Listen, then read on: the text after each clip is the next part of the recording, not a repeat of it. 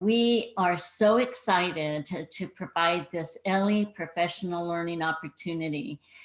This opportunity aligns with our famous ELLLI content and process objectives, specifically related to the use of media and the use of effective communication in our advocacy efforts.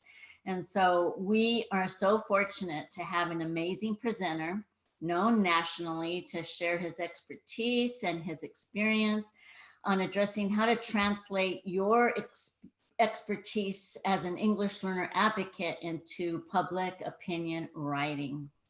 And so some of you know him, but Dr. Connor Williams is a policy researcher and columnist. And he is currently a fellow at the Century Foundation, where he researches and writes about educational equity, but also dual language and English learner students. Connor was, as you noted in our flyer, he was previously a senior researcher in New America's Education Policy Program and a senior researcher in its Early Education Initiative, and actually the founding director of its Dual Language Learners National Workbook Group. CalTalk has partnered with him, worked with him through our engagement with the Sobrato Policy Partners, and he is actually the author of our COVID-19 written report, and he will write our upcoming learning continuity plan report. So we're really excited about that. I think it's really important to note that he began his career as a first grade teacher in Brooklyn, and his children go to public school in Washington, D.C., and I believe they're in dual language program. So that's great. He's a regular columnist at the 74 Million and helped get an op-ed, a CalTalk op-ed into that. And he's also been published in the New York Times, the Atlantic Monthly, the Washington Post, and elsewhere. And so it's just my great pleasure to turn this over to our presenter, Connor Williams. Connor? Hi, thanks, Martha. And thanks to everybody who's here today. That is entirely too kind, but I'm really glad to be here. What I'm going to do here is in a moment share my screen and get some slides up for you, because what I want to tell you about is a little less about who I am now and a little more about who I used to be. So here we are, and there. Just give me a thumbs up if that looks about right. You should see the title slide now. Look good? All right, great. So as you can see, today we're going to be talking about how to write about English learners in a way that is not just for those of us on this call who think about English learners and English learner policy a lot. And as you heard, I have various roles that I am now, but I want to rewind 10 years because who I am, or who I was 10 years ago, was America's Next Great Pundit. At least that was according to a reality show that the Washington Post hosted and that I won. It was a bizarre experience. This was how I started doing public writing. And it turns out that if you are a self-righteous, naive, academic or early academic PhD student in political science, you can win an online reality show about who gets a 3-month column for the Washington Post. It also turns out that you cannot be you can be reasonably untalented at writing for the public and still win those competitions. So during the 3-month contract that I won at becoming America's Next Great Pundit, it became obvious that I was spending a lot of time in the library and a lot of time writing for academics, and really was not prepared for the prime time where I was writing every other week or so for the Washington Post. So as I was getting frustrated, and the editors of the Post were getting increasingly frustrated with my 2,000 word columns that were just brutal for them to deal with, someone called me. One of the editors I wasn't working with, sort of the next tier up bosses, called me and kind of very gently asked me how I thought things were going. And I complained and said a bunch of things about what I thought, how they were messing up all of my pieces. And she said, look, you're new at this and I want to be respectful, but let me just give you a hint.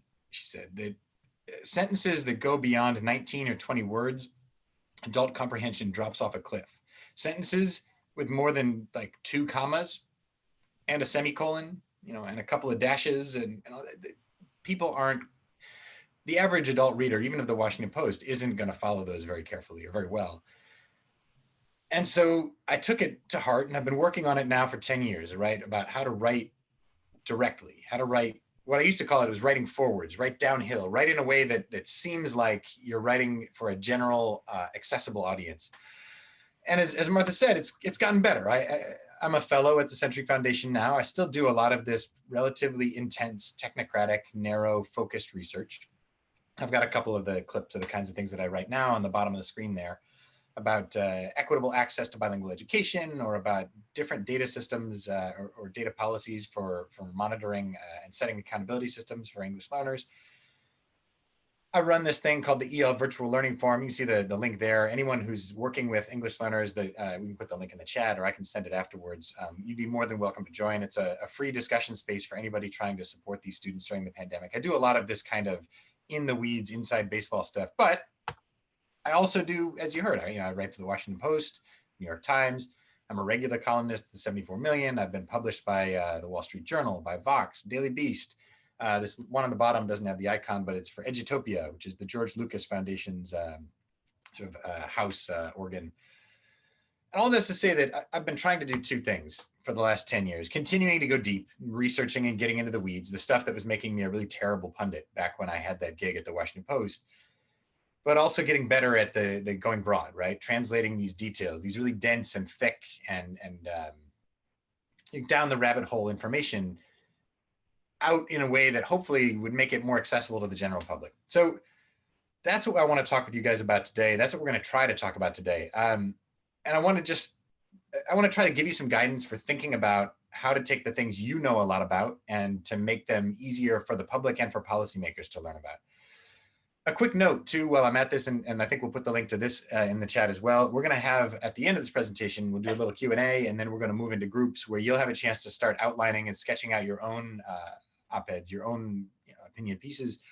So we'll put a link to where that's going to happen in the chat today. If, like me, you're the sort of person who really enjoys, that's the wrong word, but who likes the chance to know what you're going to be asked to do as you're getting the lesson, right? This is just a little bit of foreshadowing about some of the questions you'll be working on and some of the form that you'll be using. So that link will go in the chat in a minute to the slides where we'll be doing that work. And take a look if you are so inclined. I'm just going to pause for a second too. If anybody is going to try to open that, I want to give you a moment to take a look and see that, and then come back and join us. So before I launch into this, this presentation, I want to start with a caveat, which is that everything I'm about to tell you is less science than art. The truth is, I promise this slide will make more sense in a moment, that the public media space, not even just public media, private media, the outlets that publish these kinds of columns are in rough shape right now, right? The state of the market of journalism is in terrible shape. The public perceptions around journalism are in terrible shape, helped in no small part by some really antagonistic attacks from public officials in the last couple of years. And that doesn't necessarily seem like it would matter, except that what it means is that if you're an editor who's struggling to keep his readership or her readership, if you are, as an editor, trying to filter the intense pressure that you're under into which pieces you accept for publication, it does start to change how you spend your time. It starts to change your expectations of how people will engage with you. All of which is to say, here's what the media landscape looks like right now, roughly. This is not scientific, but it's collapsing. I mean, what we have as far as journalism in the next 10 or 15 years will look nothing like what it looks like now, and certainly nothing like what it was in the golden era 30 or 40 or 50 years ago, when newspapers and radio stations and other outlets were just in much better financial shape. All of this matters to you, though, because that means that the editorial norms are all over the map. And this is part of why it's hard to give you a clear sense of the 10 steps to getting published, because editor to editor, depending on how much pressure they're under, are going to be expecting different things. They're going to be prioritizing different things. Different strategies will work for them, for some that won't work for others.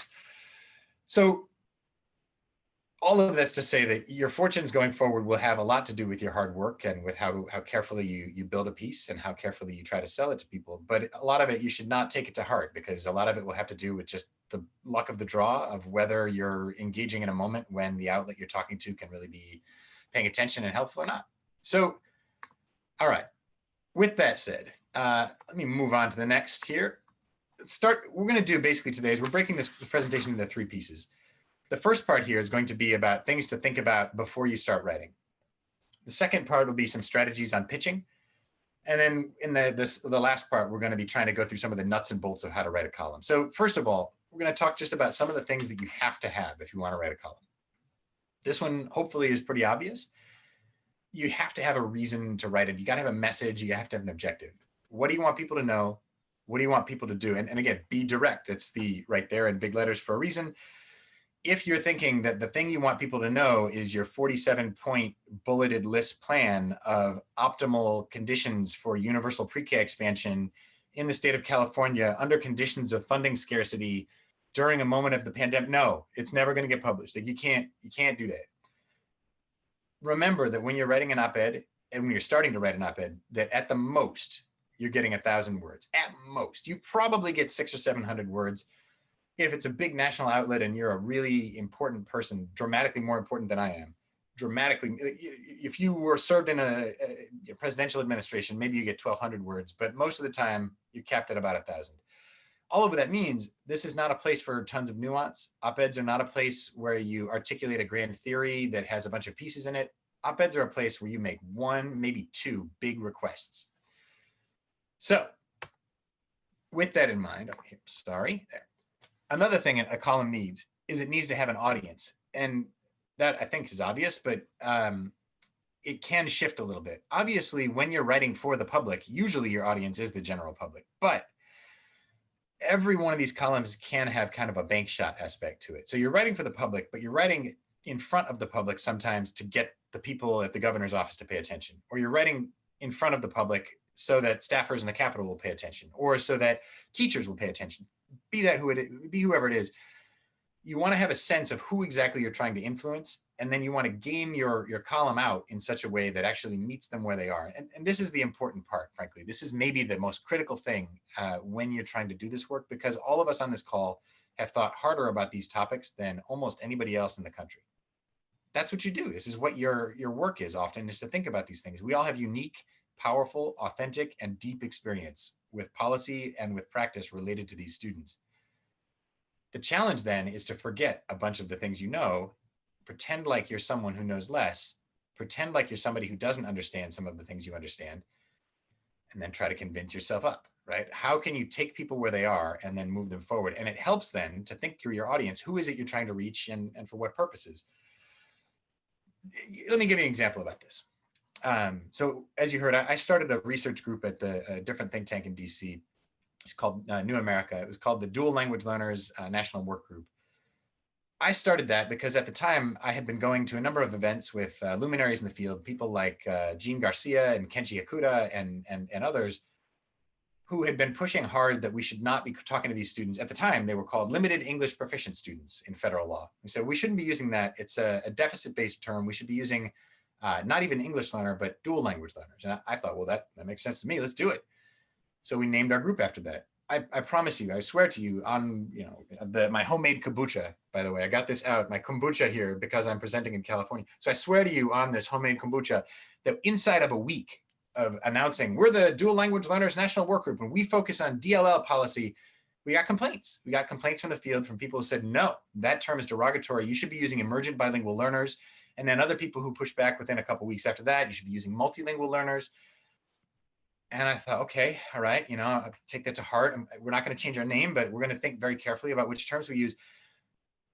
But here's the problem, right? And I believe in being very careful about the words we use, but every time I pitch an editor that say, I want to write a piece about simultaneous emergent bilingual learners, they look at me like I'm asking to write a piece about the outer rim of the Oort cloud. This is not compute for them, because they think my audience as an editor is the general public.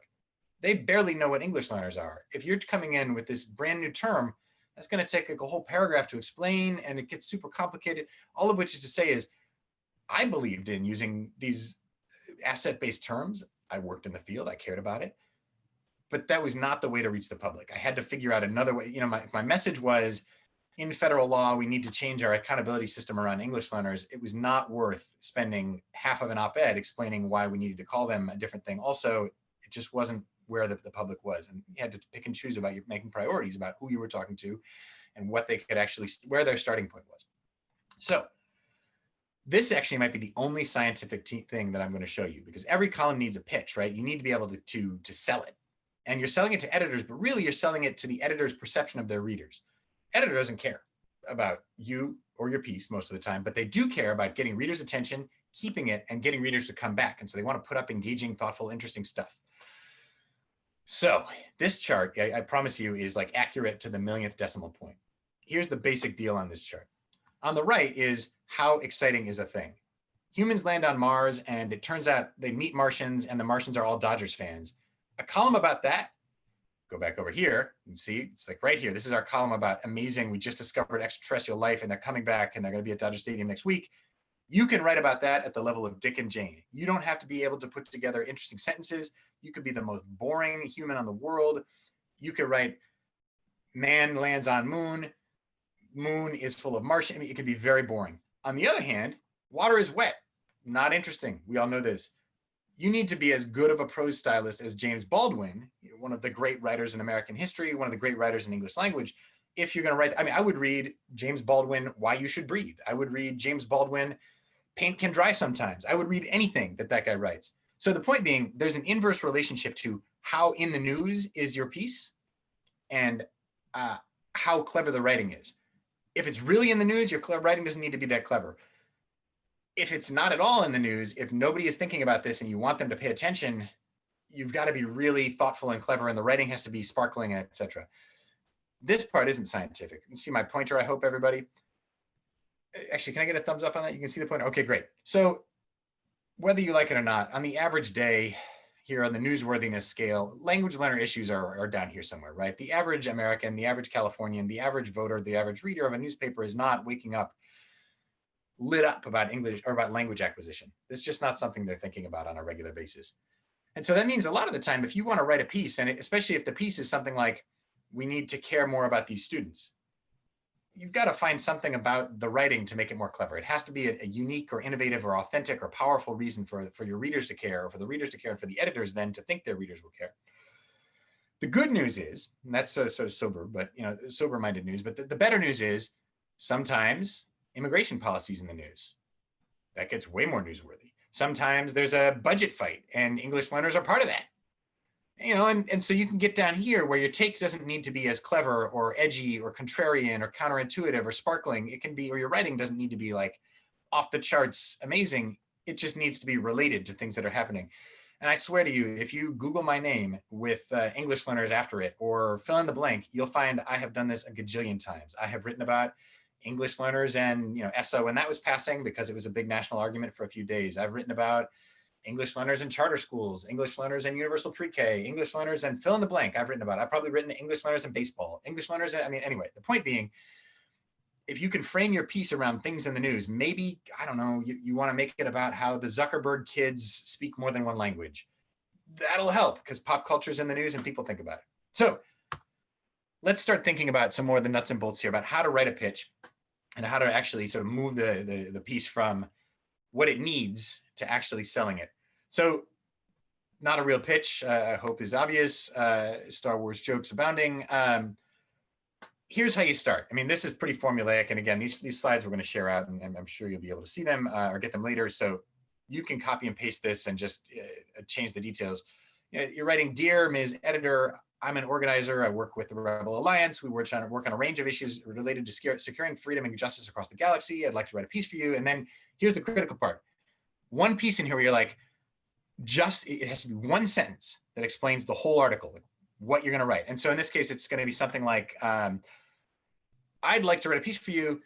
The piece explains why the proliferation of Death Stars is bad for peace and stability in the galaxy and should be banned by the Senate, or something like that. And then you say, I put in a longer pitch below. And then all the details are below. But in the first 3 lines, as you can see, of your email to the editor, you have to have those details in there, right? So how do you write a pitch? The good news is this is also pretty formulaic. The bad news is it's even shifted in these 10 years since I went from terrible at this to not all the way terrible at this, which is that when I started, it was only write a 1-paragraph pitch, period, never more than that. Over the years, I've had people get closer to 2 or 3 paragraphs. They've recommended more. Their argument has been that editors like to get more information before they devote a lot of time to you. I don't honestly know if it's right. I don't think anybody knows if it's right. So at this point, if I'm advising somebody, I'd tell you that since the norms in editorial acceptance and all that are changing a lot, I'd say, a couple paragraphs is probably about right. 2 medium length paragraphs. In those paragraphs, you need to explain again that key takeaway, like why are you writing this? What do you want people to know and do? If there's something like broadly across the country or across the state that people understand wrong, it's usually good to put in your pitch that part of why you want to write this is that people are wrong about something and you want to make them right. If you have a news peg, maybe your moon or a moon near you has recently been destroyed by a Death Star. You're like, hey, I know everybody's talking about what happened on Tatooine. We'd like to write about that Peter Endor. I forget which moon gets destroyed, but it doesn't matter. Everybody's talking about the budget proposal. Here's a part that nobody has noticed. I'd like to bring that into this conversation. All of your readers care about the budget, so let's have them care about this part. You need to explain again who you're talking to, right? And like why this should matter. So maybe it's teachers across the state. Maybe it's the public isn't aware of this thing that's happening, but you need to explain more of that. Key takeaways, I already said. And then lastly, right, why you?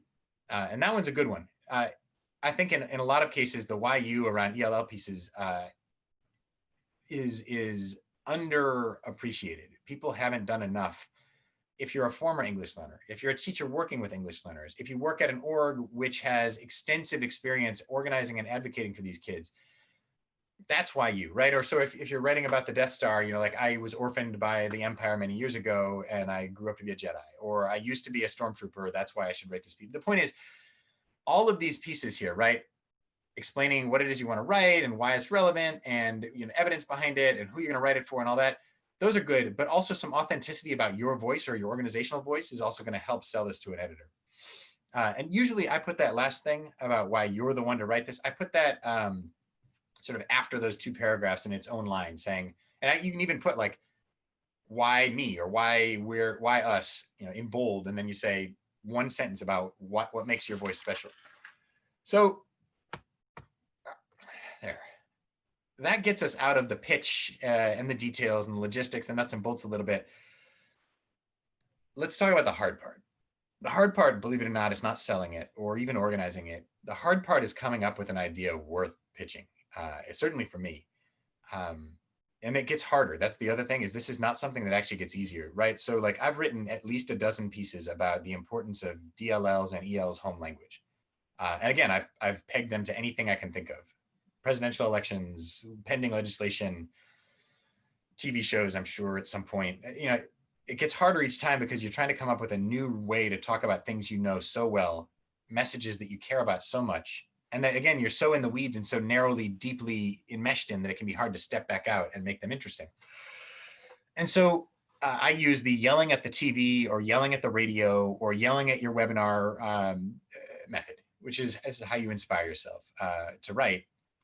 That's to say that if you're able, the best way to find out what it is you want to write is to listen to somebody presenting about topics you care about. So for me, sometimes it's English learners if I'm lucky.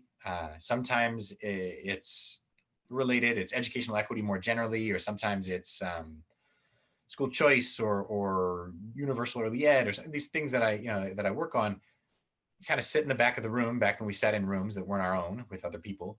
Or you sit in the webinar and you wait until the moment where somebody's really gotten something wrong. And they're getting it wrong, like kind of persistently and in a way that's nagging you. And you start to really need to tell somebody about it. Write that down. The moment where you're angry enough to kind of like get itchy and jittery and think like, this is just it's not right. That's the thing that you should start getting your column built around. And so one example that drives me nuts, and it's always driven me nuts, is you'd be in some webinar and they're talking about the importance of serving at-risk students during the pandemic. We're talking about homeless kids in the depths of poverty, English learning students, and they're very at-risk students. And I think that, whoa.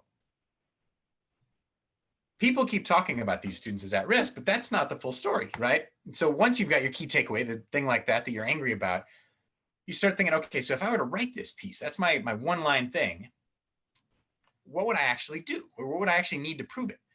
Well, you guys know these data as well as I do, right? That it turns out former English learners or RFEPs actually do really well. The story about these sort of historically low performing DLL students, EL students is simply not the case. It's just not what we see in the data, and it's not accurate to call them at-risk students. And then, of course, it is fair. You know why people make that mistake. I mean, they're making it partly because there is a reason to think of these kids as underserved. And that's a critical shift, right? It's not that they're at risk. It's that they're systemically oppressed. They're systemically facing opportunity gaps. They're over and over again not getting what they need. It's not their fault. They're not at risk. We are putting them at risk by the way we treat them. And so then you can see that's the second data point. Anyway, leaving aside the in the weeds piece about ELs specifically, when you're writing a column, once you've got that big piece of inspiration, the thing you need people to know about, maybe it's that the budget line that you guys care about isn't big enough, or maybe it's the way we do testing is entirely unfair to these kids. You need some data to back it up. Essentially, this is going to be the middle of your argument. These are going to be the big meat and potatoes of the column once you start them, or once you start writing it. This stuff will sit there, and that's going to persuade, right? That's going to be the part that actually shifts people's minds. After you have that middle piece, believe it or not, then is the time to start thinking about the opening. Partly because it's really hard to frame a piece before you kind of know what's going to be in it. So the cool thing about openings is there's really only one rule, which is that you have to make them short. That's it. You get one paragraph of clever opening. I don't know that you need a ton of advice from me on how to write the first paragraph of something like this. It's like almost every essay or article you've ever read, where the idea is to make it interesting and kind of clever enough and relatable enough that people keep reading. So there's lots of well-worn, time-tested ways to do that. One easy way is to tell a story. If you work in a classroom with English learners, you've already got stories to burn. If you were an English learner, you've got stories to burn.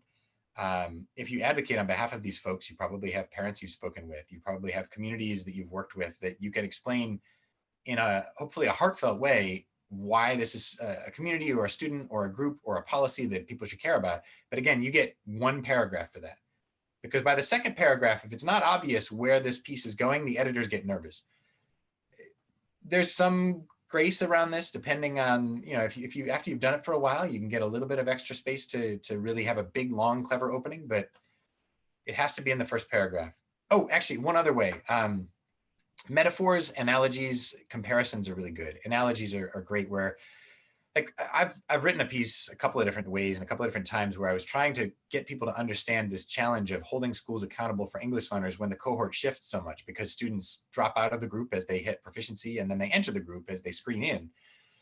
And I tried a couple of times to frame pieces like that around rivers, right? Where when you dip, you say you test the water quality of a river one year and you come back a year later and you dip the thing in again, you're not testing the same river. You're testing a very different river, right? Because there's a change in the water. It's the same thing with the student group for English learners. I've tried that metaphor a bunch of times. I don't know that it works that well, but that's the kind of thinking you need, right? Is there a way that the policy issue you care about can be related to more common knowledge, whether it's understanding how rivers work or understanding how baseball works or Star Wars or whatever, right? The idea is to make that connection in the opening paragraph, you need some way of relating to your readers. There's lots of different ways to do it, but just make sure it's short. So you've got your piece. You know kind of what you want to write. You've got something like an opening up front, some clever framing up there, an anecdote or some comparisons, some analogies. A lot of the pieces like this are going to be about correcting the record. So it's going to be saying, again, right, you're treating DLLs and ELs at risk. You talk about them as at risk. That doesn't make, it's not accurate to the data we have. There's always going to be a sort of pivot point in there. So, right, that's your opening. You have that stuff up there and some evidence about why we're thinking about it wrong. And then at the pivot point in the op-ed, you say, okay, so instead of treating them this wrong way that people have been thinking, California schools or policymakers or the governor should address this complexity head on. We got to figure out why some kids are hitting proficiency soon and why others aren't. And we have to sort of figure out more of a nuanced, more serious, more adequate, more comprehensive story around these students. And then after that, you put in your ask. Maybe it's, again, maybe it's an increased budget line, maybe it's a different accountability system, whatever it is, but that's what comes next. So then as you move towards the closing, you're going to be trying to figure out ways to put your ask in there. So these examples based on some of the things we're talking about. If you're writing a piece in, let's say, February about, hopefully, again, parent of 3 here, schools reopening in person kind of soon, and we're returning to a moment when kids are coming back to school, and maybe you've written a piece around how to serve DLLs and ELs well after the pandemic because you're on the EL Virtual Learning Forum with Connor and you're thinking a lot about that as a topic. You write that piece, you say, as California moves beyond the pandemic, here are the 2 or 3 things that we want to make sure we do for English learners. Here are the 2 or 3 things that everybody in the state should be knowing and should be doing. Or yet again, rethinking school accountability, et cetera, et cetera, et cetera. The idea, right, is you want to have a closing that makes a specific ask. And if you really want to be, to increase your chances of getting published, once you share the draft with an editor, best case, try to echo your opening. So if you have a clever opening that somehow frames around rivers, again, which I've never really gotten to work quite right, but let's say you've used it and you've figured it out in a way that I couldn't quite, you figure out a way to close with rivers too, right? So that your reader gets this nicely tied in a bow, wrapped in a bow, tied up in a package argument that feels very rigorous and clean and direct. If you can do that, then editors, they usually really appreciate that because it tends to suggest to them that they don't have quite as much editing work ahead of them. So that's pretty much it, honestly. That's the science. I guess the one thing that I would add to this in thinking about going forward, one small piece of logistics that I can add for you that I should have said before, there is kind of an odd dance about writing a pitch, writing a draft, going through edits and getting published. Obviously it's intuitive to think, well, you write the pitch because it's short and it's like an abstract. It tells what you want to write. And then you write the longer piece and then you go through edits and then it gets published. But the truth of the matter is, at least for me, I have to write a draft of the whole column before I can back up and synthesize a really short pitch that I can send to the editors. So usually for me, it's the yell at the TV part, write a draft, then write a pitch and send that off.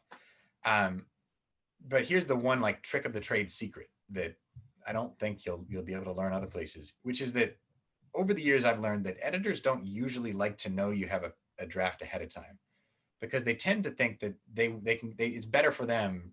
They like to think that they can still get their hands in there and kind of make some changes and move it around a little bit to fit their needs as a publication. So I lie to them. That's my strategy, meaning I write the draft and I write the pitch.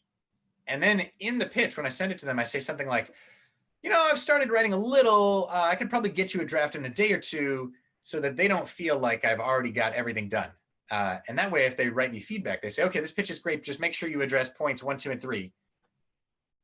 Then they feel like they've had their say and they had a little bit more influence on the process. The other cool thing about it, if you do it that way, is once your draft is already done and you said, oh yeah, I can get you something in a day or 2. And if they don't have any meaningful feedback, you can look super amazing and get it back to them in 3 hours because it was already done anyway. And so, I don't know. I mean, how much that really works, I can't tell you for sure because again, it's more art than science.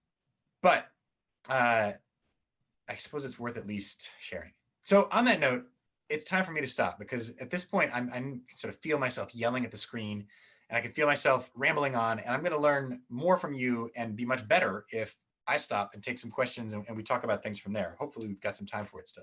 So I'm going to stop sharing my screen and look forward to talking. Okay, so people can put questions in the chat or you can raise your hand. We're going to interact in any way, shape, and form. And if you don't know how to do either of these, just unmute yourself and try to get the floor. Small group. I have a question. Yes. How do you decide who to approach at any particular media outlet or organization? Yes. The tradecraft of that is intense. Optimally, there'll be a website that says something like, here's our op-ed editor, here's our opinion page editor, or they'll even, the LA Times has a whole page of how to pitch us, right? Yeah. But that said, it's a sort of ugly secret of the world that, right, if you're a former Secretary of State and you want to write something to the LA Times, you don't go through the how to pitch us page, you go to the person. So the best way to do it is to figure out who the relevant editor is. And again, sometimes that's posted, sometimes it's not. You can often do this through a couple of different things. One option is they don't always make it easy to find their email addresses for what I hope are obvious reasons, right? Like there's a lot of terrible people on the internet, and there's also, they're busy and they don't want to get 2,000 pitches a day for the LA Times. Most of the time they've got a couple of Secretary of States they're going to publish. But the best trick I know for this is if you can find someone at the LA Times or the New York Times or wherever, and they have a public email address, then you can figure out what the naming convention is. So if it's Maria Gomez, the editor I'm looking for, and I can find that there's this clown named Connor Williams who's a reporter there, and his email is cwilliams@nytimes.com, then I know that she's probably M. Gomez. And then what I do is I search for what I guess is her email address, and then kind of see if it comes up. You got to be careful because she could be M. Gomez 4 or M. Gomez 9 if there are a lot of M. Gomez's, but I don't know. Again, it always feels a little bit cloak and dagger on that side. The other way, of course, is to just go sort of around the process. So if you know anybody who's ever written for them before, get them to introduce you to the right editor. And so you guys are all lucky because you know me now. And so if you ever email me and you're going to get my email address at the end of all this, and say, hey man, do you know anybody at the 74 million? I absolutely do. I write for a couple of them. If you know somebody at the New York Times, I'll be like, no, I've never heard of them because I'm not a big enough deal to connect people to the New York Times. They don't like me that much. I can't help you, but other places I might be able to. So that's another good way. You sort of like get somebody else to drag you in on the coattails. Is that helpful? Yeah, that's super helpful. Thank you. Cool.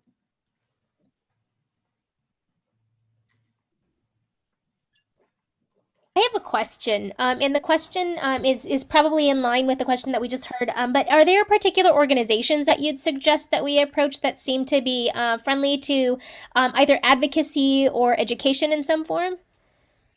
Yeah. I don't want to talk about them too much because I write for them pretty often, but the 74 is amazing. I mean, they're really good at this particular thing.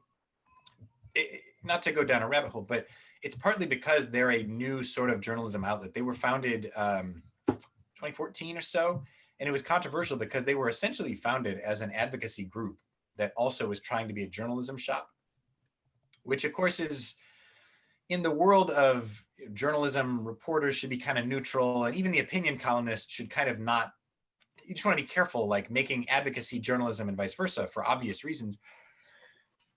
Essentially what they are is they do a lot of advocacy on behalf of the sort of civil rights community, right? So they publish a lot from leaders of color and from orgs working with people of color around needs of those communities. They've kind of specialized in that. The Education Post does a lot of this as well.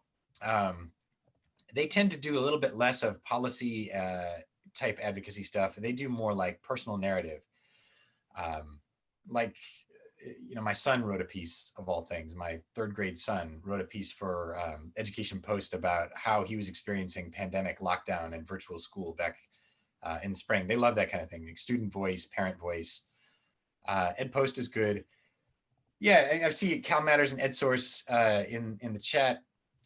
Newspapers are great, especially if you have a really clever take, partly because the newspapers, as the old, they call it like institutional journalism or establishment journalism, they tend to have a harder time being clever, right? Like they're kind of looking for old office holders to write pieces about the offices they used to hold. They're not always as good at finding parents' voices to write something that's sort of heartfelt and different. And so if you have something like that and you can get to the right person, those can be valuable, and that can help. I used to say the Pacific Standard, but they're gone. Again, you remember my slide, right? The state of media is in rough shape.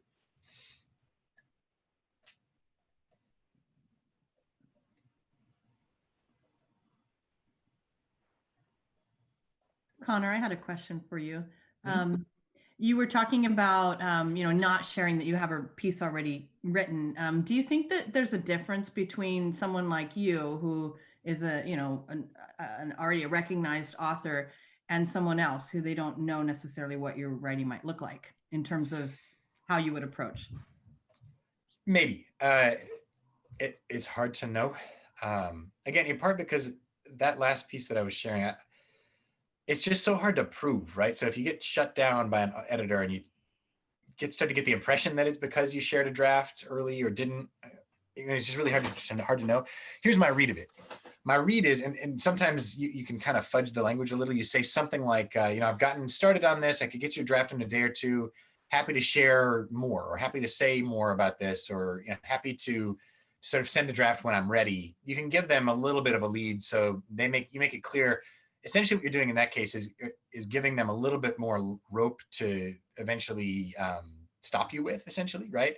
You're saying, if you say provisionally yes to this pitch, and I'll just send you a draft, then you could still say no at that point, right? You're kind of letting them feel a little bit less anxious about having to say yes to you right now, because it gives them an off ramp. I should have talked about that too. The norm used to be, once your pitch got accepted, that piece was getting published, barring a dramatically terrible draft or editing process. That is not the case anymore. Editors now oftentimes will say yes to more pitches and then no to more drafts. So yeah, sure, send us something. We can't say until we've looked at the draft, and then they'll sit on it for a while. That's another piece. If they've been sitting on it for more than 5 days, write them and say something like, hey, just checking on this. And if they've been sitting on it for another 3 or 4 days after that, you write them and say, hey, no pressure. It's no rush on my end. I just wanted to see if you're still interested, because if you're not, I am actually going to publish it, or I'm going to try pitching it somewhere else next week, something like that. You want to be really nice about it so they don't feel like they're being pressured, but you want to make sure that they understand. You can say things like, I'm really eager to get this published, or I don't want to miss my chance, right? Well, the Dodgers, Martian Dodgers are still in the news cycle. We need to get this out before that is superseded by the Uranian football fans or whatever. So I don't know why it's all space today, but it's all space today. So that, I don't know if that's helpful. I see a question in the chat about use of data versus tugging on heartstrings. Yeah, right. So you are mostly going to want to think about heartstrings here. That's because at the end of the day, democracy and demagoguery have the same Greek root. They're both built out of demos. This is a space, when you're in this big public argument space, you're dealing with rhetoric primarily and not data. There's a reason that most scientists are terrible op-ed writers. My dad's a chemist. He would not be good at this. He's a really nice guy and a good writer, but could not do this kind of work. The rule, I think I would say, if I were giving you a short rule, is that usually, you need some evidence. You can't just say, here's why English learners should get caviar for lunch every day. You have to say, here are the reasons why I believe what I do, but it's way more important that you frame them in a way that is compelling and that pulls people, both because of the state of journalism today and because that's sort of the space you're moving into. And we have a lot of research on this, sadly, mostly from a lot of it from the climate change movement, right? Who have had the facts on their side for like 30 years, but they can't seem to change anybody's mind. Facts are exceedingly weak at shifting people's beliefs. Whereas persuasion, where you try to kind of reach out to wherever they are and kind of gently tug them away from there with heartstrings, or again, analogies, metaphors, different ways of just shaking their mind loose a little, that seems to be more effective. I wish it weren't that way, but I think that is.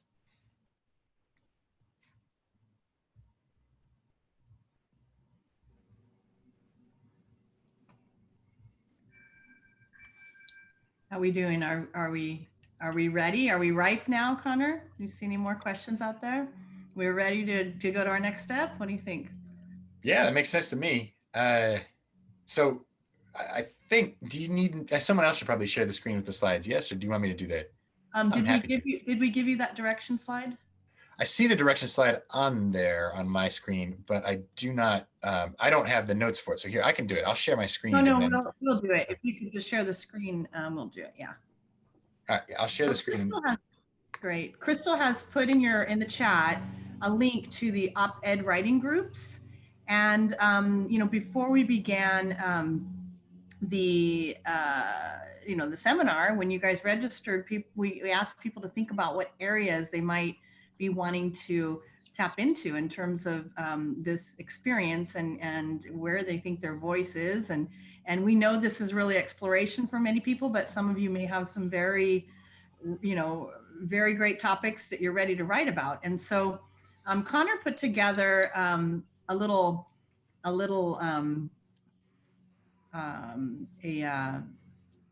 little Yeah, advanced graphic organizer. an advanced organizer to help with thinking about the components that he just shared.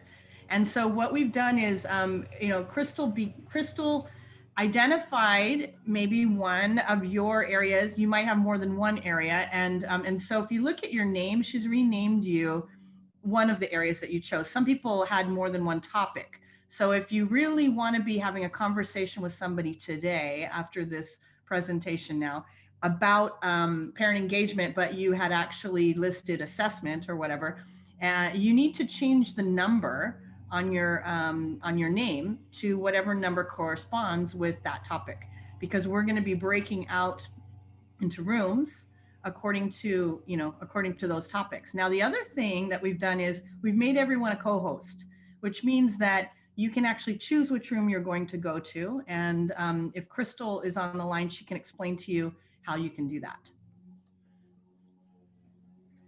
Hi everyone. So the way you're going to be able to do that is at the very bottom of your screen on your toolbar. You will see a little section that says join breakout rooms. So as soon as I initiate them, you'll see that button and then you can choose whichever room you'd like to join. Okay. And it looks like, Crystal, you shared your screen right now, correct? Yes. Okay, can you show them what the slides look like? So the op-ed writing groups, each person has their own slide. So you're going to look for your name, and then that's the place where you can take your notes on your conversation that you're going to have with whoever you're in your breakout group with. And each person is going to have their own, because this is kind of the beginning of your work. And Connor, you might want to talk about how they can use that. And Connor's going to be able to also pop in and out of different rooms. He's going to kind of read the notes and see what's happening, what's going on in the rooms. And he may be popping into your room if he thinks there's something interesting going on, or he's concerned about you or anything. But we're, I don't know if you want to speak to that, but this is Connor's advanced organizer. Go ahead, Connor. Yeah, so I tried to line this up with some of the things we talked about, right? What are a couple of things, just areas you might want to write about? Is it stuff we were talking about, funding, accountability, testing? Is it the importance of bilingualism to these students' long-term success? Whatever. Pick your topics, a couple of things you might want to write about within the subtopic that you're in. And then what would you yell at the radio? What's the thing that you're most frustrated about that people don't seem to understand, or that policies don't seem to reflect? That's your key message. And you'll notice there's only one line there. You don't get two. You get one key message, one key objective. Who is your audience? Who do you want to write this for? Again, it's general public sort of plus. Is it in the context of stuff the governor's doing, or et cetera? The objectives, recommendations, right? That's the ask. So what if it's about accountability? What are the 2 or 3 things that need to guide our new accountability process as we build it? The idea being, this should hopefully start to give you some of those pieces, so that then when you do sit down and you're ready to say, okay, what evidence do I need to make this case? How might I frame it? Connor's clever river framing. If you can make it work, good luck. Whatever you're going to move on next, this will give you hopefully some of the thinking will be done for you ahead of time that way. So that's more or less what's going on there. Okay, great. So Crystal, anything else you need to know before we go to breakout rooms? Ruth, I have a question. Sorry. Sure. Can we see that list once more? Because I feel like I might choose another category. Sure.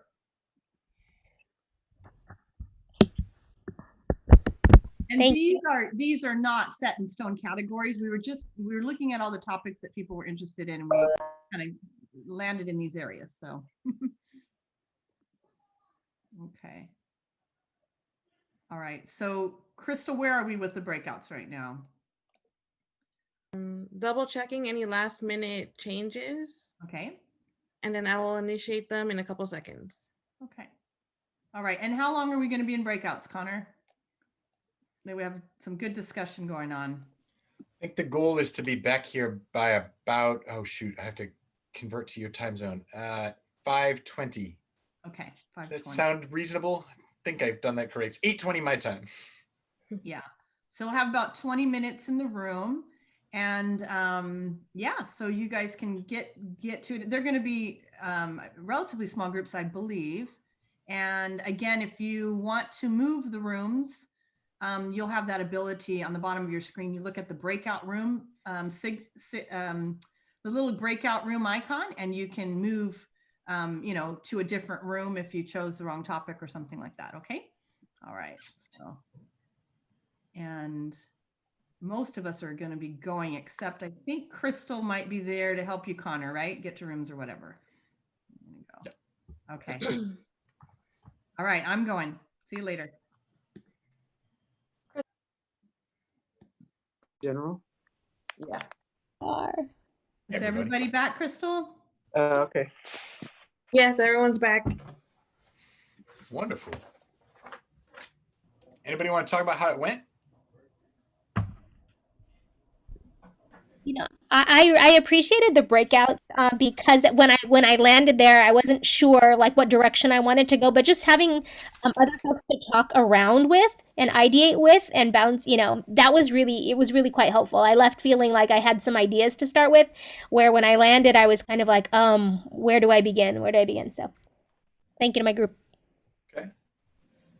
So I had 2 prepared questions on this, which I was gonna ask people to share out about what they thought they might write based on the notes they've been taking there, and what challenges they're hung up on right now, to see if there's anything else I can help answer.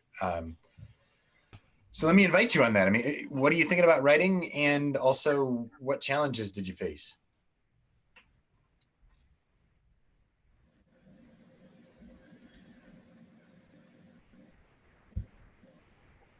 Charisse, do you want to share? Hi, Martha. So we were in the teaching and learning group, and kind of our big idea is that there's a whole lot of teaching going on, but not a whole lot of learning. So this idea of like teachers are working really hard to create lessons and to teach, but it's not necessarily translating into learning on the other side. And so we talked about that there's kind of this opportunity gap, because a lot of our students aren't even showing up. So they're not even having the opportunity to learn because they're not even there. So kind of thinking about that. So. True. Yeah, I'm sorry to say that sounds familiar, but it does. The parents are probably going, yeah, this is true. I was just saying to Lori that as a parent, I've been, admittedly, the hurdle was really low. I have 3 kids, but I had basically written it off. I figured it was going to be useless. And as it turns out, actually, distance learning has like exceeded my very low expectations. It's been a lot better than I thought it would be. But I am tired. Lori, go ahead. All right. So I am the sheepish teacher in any Zoom room that says I don't hate distance learning. And I really believe that distance learning is a catalyst for moving forward, for shaping our educational system. And I've gone from having maybe 3 out of 25 kids every day turning in the work to 20 out of 25. And I'm able to monitor my student progress, but I think my op-ed piece might be called, I don't hate it. I don't hate it. I've learned so much. I'm watching my kids become like tech geniuses, and learn to work independently and use time management. And, really, I know they're lonely. I know they're suffering. I know their social emotional well-being is in tatters, but there's a lot of good stuff that's also happening that's gonna be really solid life skills. My seniors right now have tech skills that are about 100 times better than any group of EL newcomer seniors I've seen in the past 12 years. I don't hate it. I love that line, Lori. I think that you caught me right away. That felt like, oh wow, I want to know what she has to say. I should flag that you usually don't get to pick your own headline, but you can always suggest one and see if they jump on it. And I bet you, that would work. It would totally work as a headline. Right.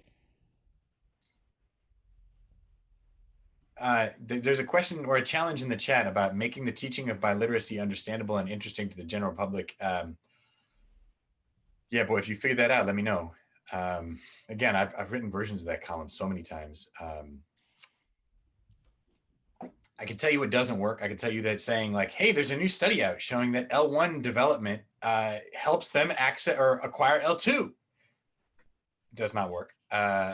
Here's another, I mean, I put a link in the chat to a big report that was supposedly trying to sell the utility and value of multilingualism in the United States, but it's really not designed around the kids we care about. It's designed about like my kids. How do you get privileged English dominant kids to be multilingual? All of which to say, like, that's one of the other framings. You can talk about the global workforce and the development of a important key skill in the global economy. I mean, that's another angle. You could try to scare people by like, hey man, if you were in a class where they were speaking ancient Egyptian, you wouldn't know anything. Can't you imagine how frustrating that is? I mean, there's lots of different ways. The other one thing that is valuable is if you can, I've found often is if you say, look, like we know that learning is about knowledge acquisition, but that knowledge acquisition isn't just like it's in a bucket and you pour it into a kid. The kid has to relate to it somehow. And so then every bit of teaching and knowledge and acquisition is about connecting to identity and culture and language and things the kids already know. If you can start from that kind of framing, you can get somewhere sometimes. Anyway, I'm talking too much though, and we only have a few minutes left. So maybe one more person with challenges. That sound okay, Ruth or Crystal? All right, good. Hearing no objections. So Connor, Mhm. what you were just talking Yes. about, wouldn't that be a place to be telling a story? Absolutely. I mean, Absolutely. instead of talking about what are the advantages, but maybe holding that some students who were English learners who are now particularly in some kind of place making an incredible contribution. Oh, for sure. I mean, you know, maybe they're, I don't know, but I mean, in their community, what they're able to do in their community because they became bilingual. Yeah, exactly. And you only need, like I said, a couple of data points to back up the story. So the challenge is you need the story to be more than an anecdote, right? So telling one kid's version of coming to America or of coming to school and challenged by English only, but finding an outlet where they develop both of their languages and it works is a start, but you need to figure out a way to make people feel like it's a pattern, not an exception. Which actually, I see a similar question in the chat just came up. One question that came up was just how much key or supporting evidence or data do you need to support your key message? Do stories count as data, and would you focus on one or two students? I think, so 1 or 2 students can work for a frame, right? So that's like your first paragraph, and maybe you close with the paragraph too, especially if the paragraph is struggle up top, illustrates this big problem, evidence, evidence, evidence, here's how we fix the problem, and then like end of struggle at bottom, because then it's just a story. You've written a fairy tale op-ed, which is perfect because people like reading that. They like to hear, here was a problem, this person has a solution. Oh, and it looks like the solution helped this kid, right? I mean, that meets their narrative needs, all of our narrative needs. I shouldn't say they, this is what humans like. We want sort of tightly knit together stories like that. We don't like hypotheticals as much as concrete.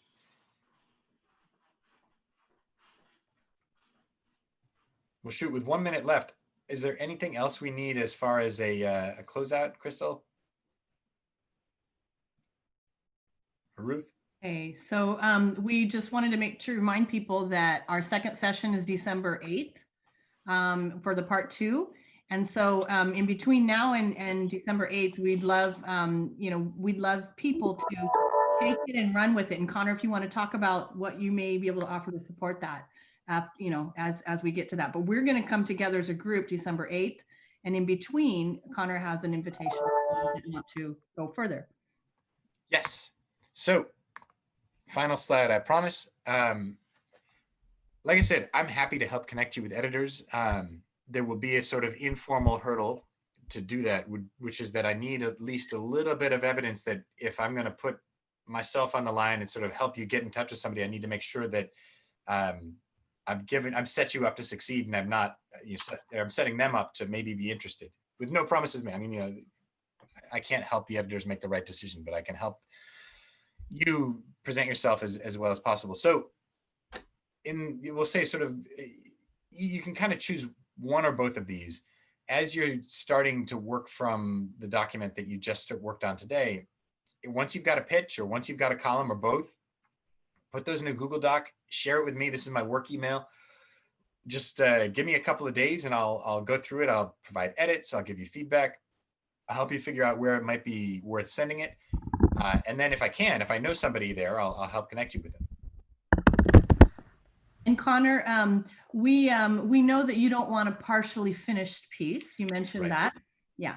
Yeah, that's true. Yeah, and so that's the thing is, if you send me 300 words and say, hey, I need to finish this column, how should I finish it? I'm going to draw the line on that because I do have 3 kids. And so if you can get me a full draft of a pitch or a full draft of a column, I'm happy to work on it a lot. But I want to make sure that you've got all of your ideas on there before I get in.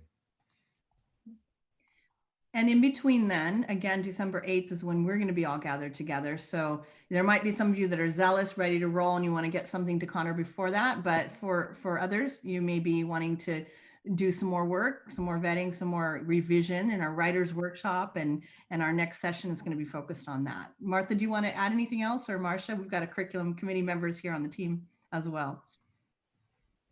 No, I don't think so, Marcia. No, like nothing that occurs to me right now. I think maybe our group, we should come up with, some people might be looking for what do we need people to write on. Maybe if Californians Together comes up with some specific things that they want put out there to specific outlets, I think that would be helpful. That's the only thing I can think of that would be, so that we're strategic and what's current. So there's all kinds of opportunities. There's, your individual passion yelling at the television. There's the collective and the vetted and the cooperative work that we do here. So, again, thank you so much, Connor, for coming on board. And we know there's a number of other people that couldn't be here, but they want to come and circle back and be with the group at the next session. And so we thank you that we could record this, and we thank you that, you're offering this opportunity for coaching, and what an incredible gift and ability to really help this group out. So thank you so much for everyone for coming. Thank you, Connor. Thank you, everyone. Mucho gusto, encantado. It's been fun. Thanks, guys. All right. Have a good evening, everybody. Bye-bye.